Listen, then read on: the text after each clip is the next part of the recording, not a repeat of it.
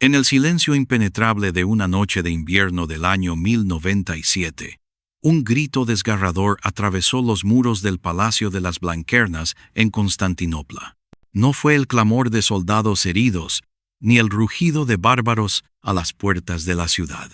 Fue la voz quebrada de una doncella imperial, apenas salida de la adolescencia, hija del basileus más poderoso del mundo ortodoxo. Su alarido, ahogado entre columnas de mármol y lámparas de aceite, estremeció a los eunucos y damas de compañía que custodiaban la cámara nupcial.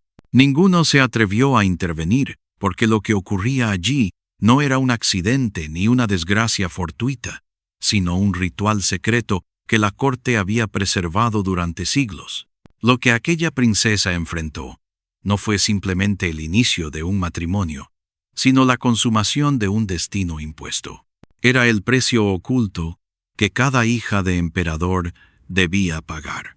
Una primera noche convertida en instrumento de obediencia, diseñada no para el amor, sino para quebrar el espíritu antes de domar el cuerpo. Durante 500 años, la crónica oficial del Imperio Bizantino borró cualquier rastro de este rito, envolviéndolo en silencio y censura. Solo fragmentos dispersos en manuscritos monásticos y archivos prohibidos revelan hoy la magnitud de lo que ocurrió tras los velos púrpuras de Constantinopla. Millones de europeos imaginaron a las princesas bizantinas como figuras de ensueño, coronadas de diademas de oro, rodeadas de mosaicos brillantes y escoltadas por caballeros. Sin embargo, tras las paredes cubiertas de iconos y frescos, no habitaba el lujo, sino una pesadilla cuidadosamente disfrazada de ceremonia sagrada. Y ahora vos, como yo, seréis testigos de esa verdad incómoda, oculta durante medio milenio. Preparaos, porque lo que vais a descubrir no pertenece a los cuentos de hadas, sino a las páginas más oscuras de la historia imperial. El Imperio Bizantino, heredero directo de Roma, se extendió durante más de 1000 años como un puente entre Oriente y Occidente. Desde la fundación de Constantinopla en el año 330 por Constantino el Grande, aquella ciudad se transformó en el corazón palpitante de un poder que sobrevivió a invasiones, guerras religiosas y traiciones palaciegas. Sus murallas de triple anillo eran consideradas inexpugnables, y sus cúpulas doradas reflejaban la luz del sol como si la ciudad misma fuese un fragmento del paraíso. El pueblo veía en el basileus, el emperador, la encarnación viviente de la voluntad divina. No era solo un gobernante, sino un ungido de Dios en la tierra.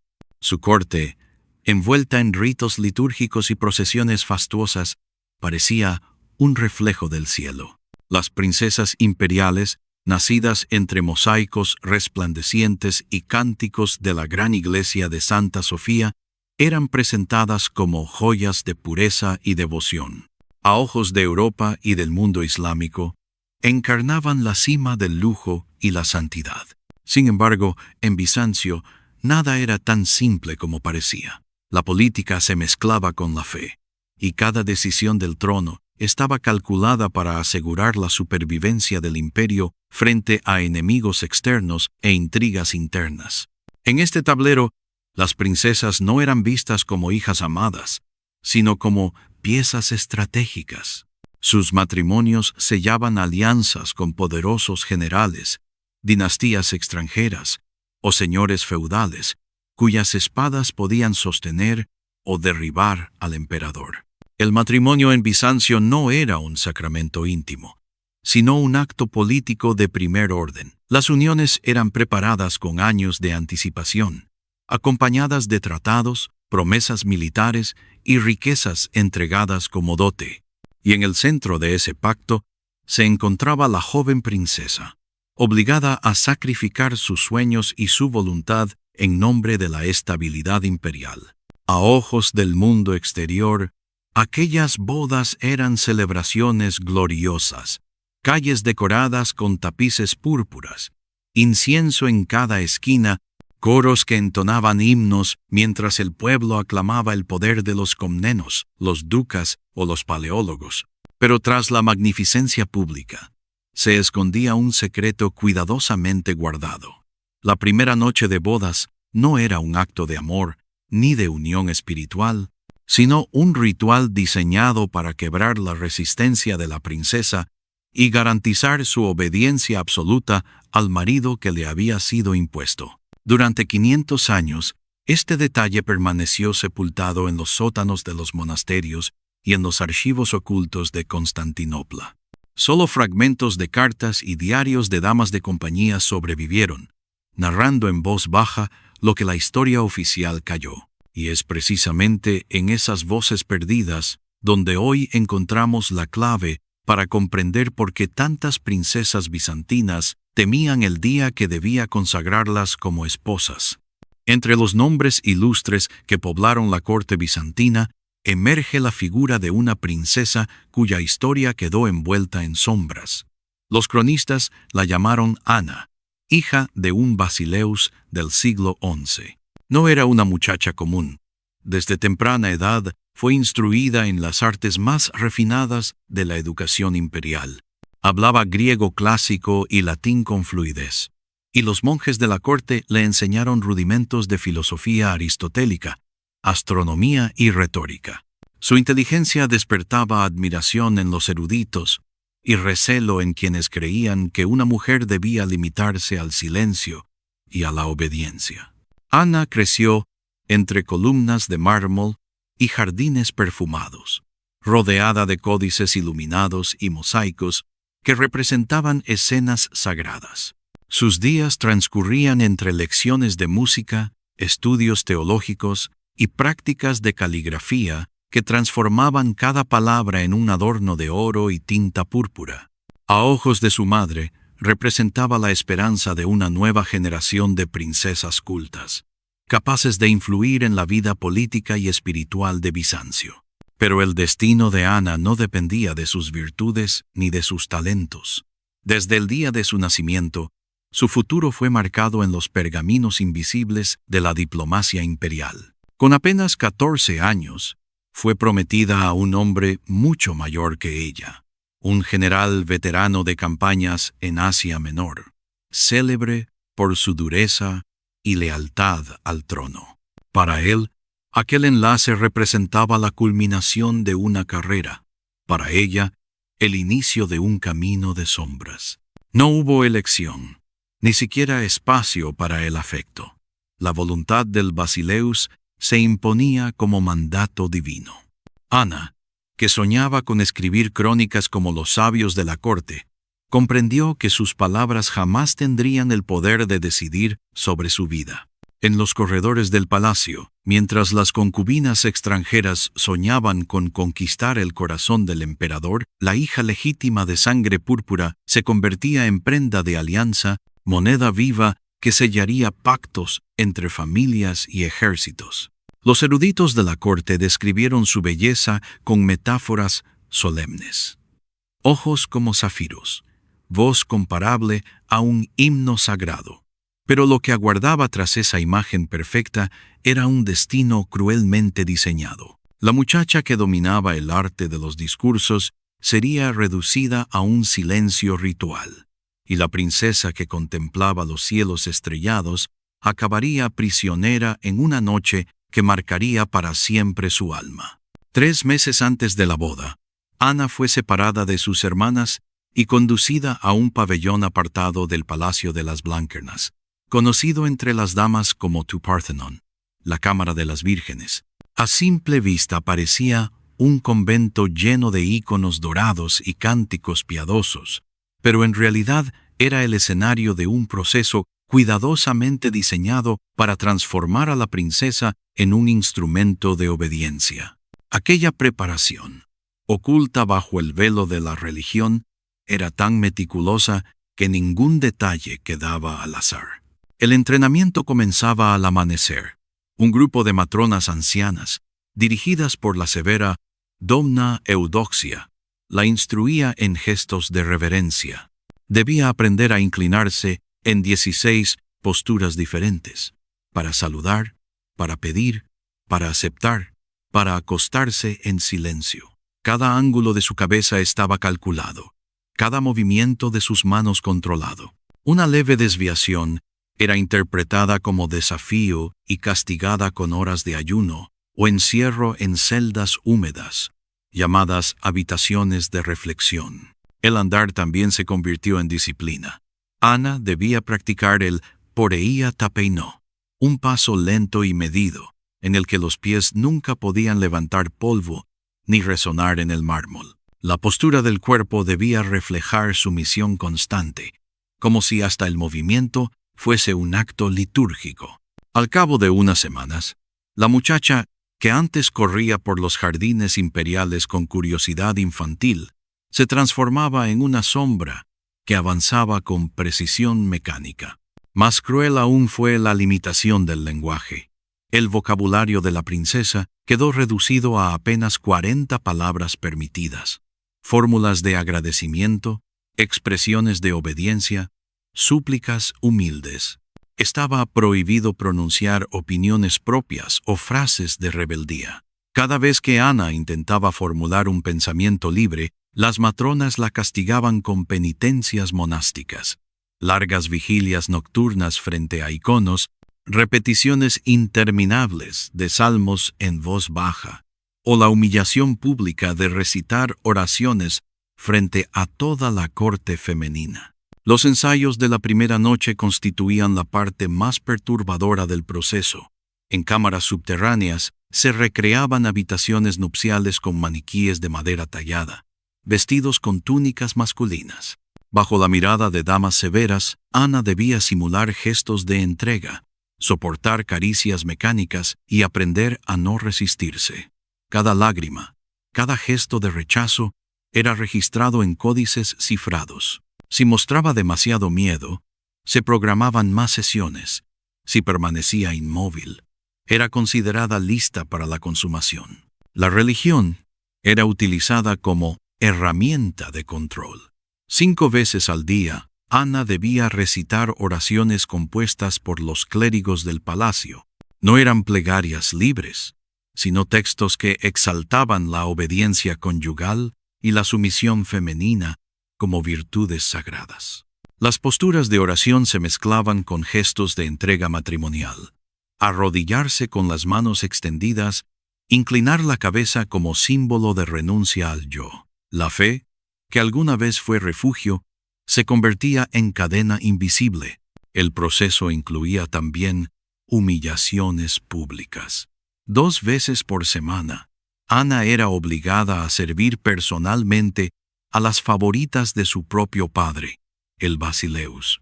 Las peinaba, las bañaba con sus manos y hasta las vestía para las ceremonias oficiales. La intención era quebrar cualquier resto de orgullo imperial. La princesa debía aceptar que incluso las amantes del emperador tenían derecho a su servicio. Testigos de la época narran que más de una vez rompió en llanto mientras ajustaba los mantos púrpuras de aquellas mujeres. En la última fase de la preparación, la joven fue trasladada al Ginaikonitis, el pabellón de la novia. Allí la vigilancia alcanzaba su punto máximo. La dieta era estricta: higos, miel, almendras y leche de cabra, combinados con especias traídas de Oriente que, según los alquimistas, inducían calma y docilidad. Los baños diarios se realizaban bajo la mirada de matronas, que aplicaban aceites perfumados con amapola y valeriana, preparados por monjes conocedores de fórmulas capaces de adormecer la mente. Las paredes del pabellón estaban cubiertas de mosaicos que representaban a santas mártires y esposas obedientes del Antiguo Testamento. Cada imagen recordaba a Ana que la entrega total era un camino hacia la salvación. Para reforzar la sugestión, espejos bizantinos de bronce bruñido reflejaban su figura constantemente, obligándola a vigilarse a sí misma.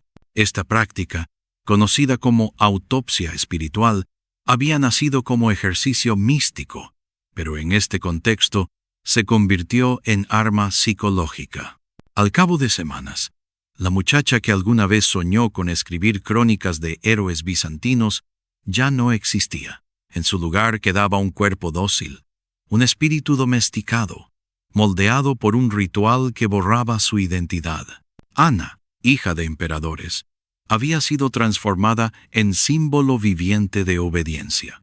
Y lo más cruel era que el verdadero tormento aún no había comenzado.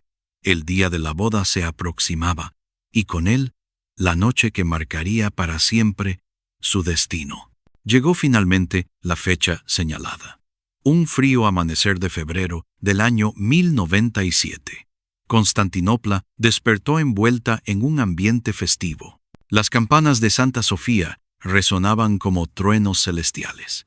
Las calles fueron adornadas con tapices púrpuras y ramos de laurel, y el pueblo se congregaba a lo largo de las avenidas para contemplar el cortejo imperial. A ojos de los ciudadanos, aquel día representaba la gloria del imperio. La unión de la hija del Basileus con un general victorioso prometía estabilidad y prosperidad. La ceremonia comenzó con procesiones solemnes. Los coros entonaban himnos en griego antiguo, mientras sacerdotes portaban iconos sagrados delante de la princesa. Ana, envuelta en un vestido de seda blanca bordado con hilos de oro, avanzaba con la cabeza gacha, escoltada por eunucos y damas de compañía. La multitud la contemplaba como una figura casi celestial, pero bajo aquella imagen regia se escondía un corazón desbordado por el miedo. Los cronistas describen que, durante la liturgia, la joven apenas probó bocado del banquete servido en vajillas de plata. Su rostro, pálido y rígido, contrastaba con las risas de los invitados. Los médicos del palacio anotaron síntomas que hoy reconoceríamos como ansiedad aguda, respiración entrecortada, manos temblorosas, sudor frío, a pesar del clima helado. Para el pueblo eran señales de pudor virginal.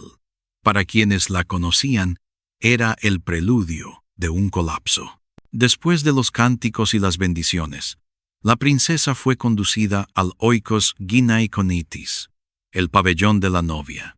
Este recinto, aislado del bullicio exterior, había sido preparado durante semanas con un lujo calculado. Las paredes estaban cubiertas de tapices que narraban escenas bíblicas. Sara, obedeciendo a Abraham, la Virgen, en actitud de humildad, mujeres santas sometidas al designio divino. Todo en aquel espacio tenía un propósito: recordar a Ana que su destino no era elegir, sino obedecer. Allí fue sometida a los últimos ritos de purificación. Las matronas vertieron sobre su cuerpo aguas perfumadas con pétalos de rosa y bálsamos mezclados con opio diluido. La joven, casi desvanecida, fue revestida con un manto púrpura adornado con perlas y gemas que pesaban tanto como cadenas invisibles. Su cabellera, trenzada con hilos de oro, fue cubierta con una diadema que limitaba sus movimientos. Cada adorno, cada prenda, era símbolo de gloria para el pueblo, pero para la princesa significaba prisión. Mientras tanto, en otro pabellón del palacio, su futuro esposo participaba en rituales muy distintos. Recibía consejos de veteranos y clérigos sobre cómo afirmar su autoridad, cómo imponer respeto en la primera noche, cómo doblegar la voluntad de una hija imperial. Nadie hablaba de amor, nadie mencionaba ternura. Todo se reducía a poder y dominio. Al caer la tarde, el bullicio de la ciudad fue apagándose. Los invitados civiles abandonaron los salones, las lámparas fueron encendidas en los corredores, y el cortejo más temido comenzó a formarse. La princesa fue escoltada en silencio hacia el Tálamos Gamicos, la cámara nupcial. Afuera, Constantinopla parecía vibrar con júbilo. Adentro, cada paso de Ana resonaba como un eco de condena. La noche aguardaba, y con ella, el secreto que Bizancio intentó silenciar durante 500 años. El Tálamos Gamicos, la cámara nupcial, no era un cuarto común. Construido según tradiciones que se remontaban a los tiempos de Constantino, tenía una arquitectura cargada de simbolismo. Era un espacio dividido en 3 niveles, cada uno destinado a un rito particular: purificación, entrega y consumación. Ningún detalle había sido dejado al azar. Todo estaba diseñado para transformar la intimidad en un acto solemne de poder. En el primer nivel, llamado catarsis, Ana fue sometida a baños rituales. El agua caía en fuentes de mármol mientras matronas la ungían con aceites mezclados con extractos de mandrágora y amapola. Estos ungüentos no solo perfumaban, sino que debilitaban sus sentidos, induciendo una calma forzada. Los cánticos de los sacerdotes, entonados detrás de cortinas de seda, resonaban como una letanía que borraba la voluntad individual. La purificación no era espiritual, era un condicionamiento destinado a preparar el cuerpo para lo inevitable. El segundo nivel, el paradosis, o fase de la entrega, representaba la cesión de la princesa al esposo. Ana fue revestida con un traje blanco bordado con símbolos cristianos y rodeada de cadenas de oro que limitaban sus movimientos.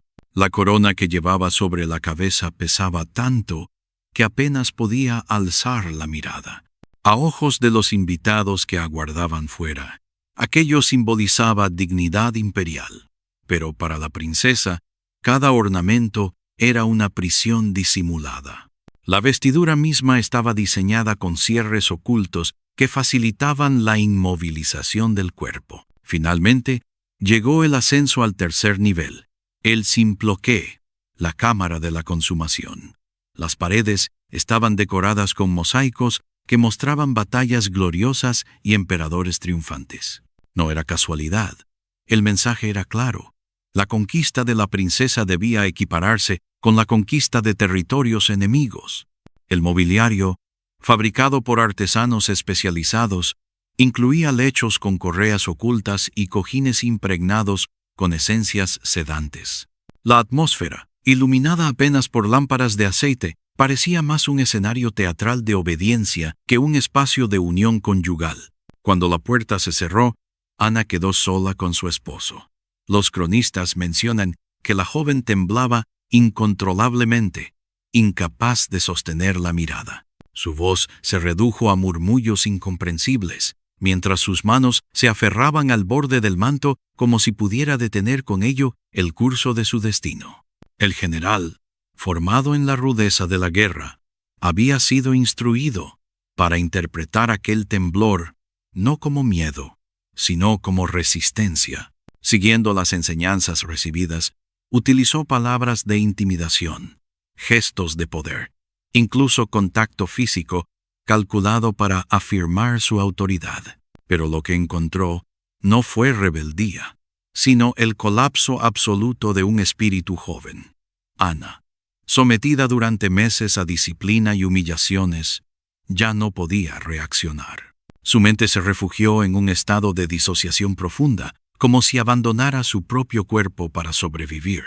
Los médicos bizantinos denominaron más tarde esta condición psíquicos sintrimma, ruptura del alma. Los documentos en clave encontrados siglos después describen la escena con palabras escalofriantes: hemorragias internas, desmayos repetidos, pérdida de conciencia.